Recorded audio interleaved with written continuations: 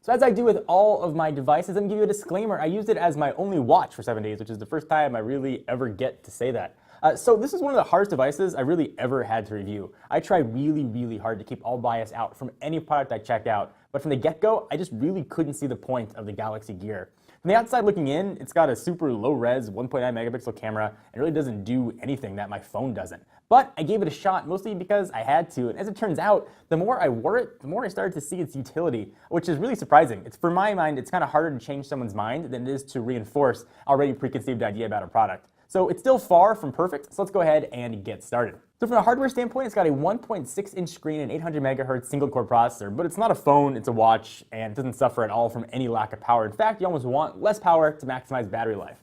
Everything on the UI felt really zippy. I actually really liked the way the watch looked. The brushed aluminum and textured rubber band actually looked pretty nice, and the camera jetting out the side sort of made it look very high-tech. Surprisingly comfortable to wear, at least as comfortable as any other watch.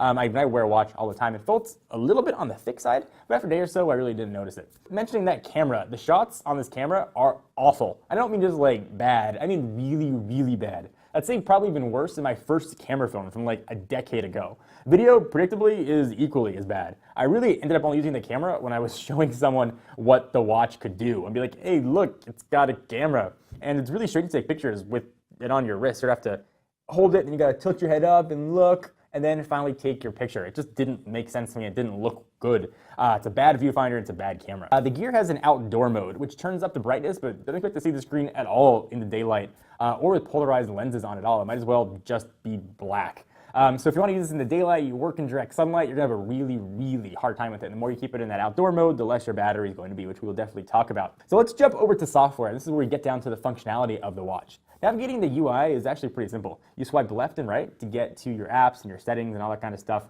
And from there, it's just tapping and scrolling what you want. If you've used a modern smartphone, it's actually pretty intuitive. To go to your watch screen, you just swipe down from anywhere. It's almost like pulling down the Android notification tray. You're supposed to be able to turn the screen on by lifting your wrist, sort of doing like this motion, but it only worked about 60% of the time. Sometimes you really have to like exaggerate it like this to get it to turn on. Mostly I just push the button on the side to get it to turn on. And we get to that watch screen, you can customize it, which is actually pretty nice. For mine, I had the time and had 3 shortcuts, made it very easy. I didn't have to go into the settings or the apps all that often. Everything I needed was right on that home screen. There are apps for most things, including a pedometer, notifications, and more can be downloaded. I liked that it gave me notifications for text messages. It was actually really handy and let me read them, but why didn't it do that for mail? So I'll give you an example of how I started to find utility here with the Galaxy Gear. So I just had a newborn baby, and it was about 4 in the morning, and I was trying to rock him to sleep in his rocker. I had my phone in my pocket and had the Galaxy Gear on. I got a text message from a friend on the East Coast. And I couldn't turn my phone on to look at it because the light would have woken up the kid. If you ever had a child, you do not want to wake a sleeping baby because it could be hours before they go back to bed. So I was able just to check the message right on my phone. The light didn't wake him up, and it was really easy. And sort of at that point, I started to see, okay, I can actually get why you might use this.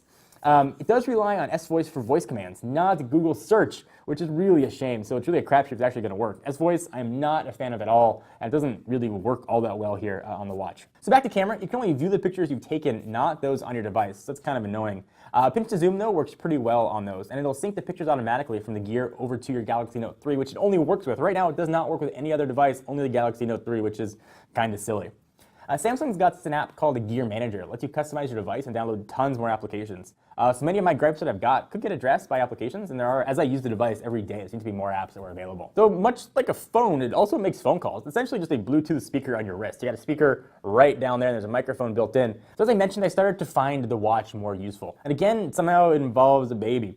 So I was holding the baby in one hand, I had my phone on the couch, and I was trying to rock him to get him to quiet down. And my mom called. She was coming over with dinner, which was super appreciated. And I couldn't have made it over to get the phone and answer it while still holding the baby. I was able to just answer the phone right from my wrist, talk to her, have her come over and bring us a delicious fish dinner, coincidentally. And so it was then I thought, okay, no one's around, so I don't feel silly going like this. The quality of the speaker wasn't overly awesome, but I was definitely able to use it, and it was really helpful to have. And I wouldn't have realized that if I didn't use it for as long as I did. So a big question mark for me was how is battery life going to be on this? And it lasted pretty solid 2 days, and it was essentially from 7 a.m. to 7 p.m., and I turned it off at night, which was not awful.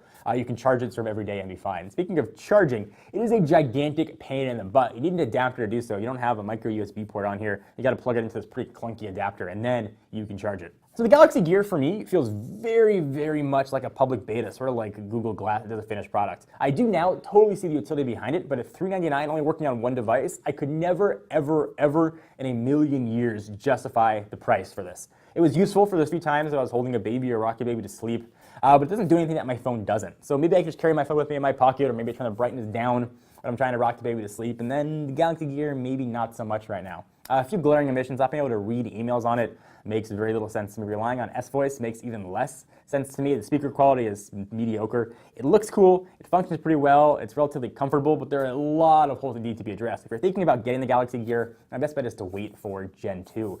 This gets a 6 on the Techno Buffalo scale, which is much improved over what I thought it was going to get initially. It's got utility, but it's very far from a polished product. So what do you guys think of our first smartwatch review? Do you like the Galaxy Gear? Is it for you, not for you? I would love to hear your thoughts. Are you picking up the combo of the Note 3 and the Gear? Leave in the comments down below and let us know what your opinions are. Until next time, I am John Redger from Techno Buffalo. Be sure to check us out at technobuffalo.com for the latest and greatest tech news. And I'll see you guys in the next video. Bye-bye. What's up, everyone? It's Ashley. Thanks so much for watching that most recent video. If you enjoyed it, please click on the word subscribe right underneath me to get tons of more tech videos from us here at Techno Buffalo. We've got unboxings, comparisons, reviews, recaps, and everything else you can think of here on the channel. Now, if you're in the mood for more technology, just click right over here to check out some of our most recent videos. See you next time, humans.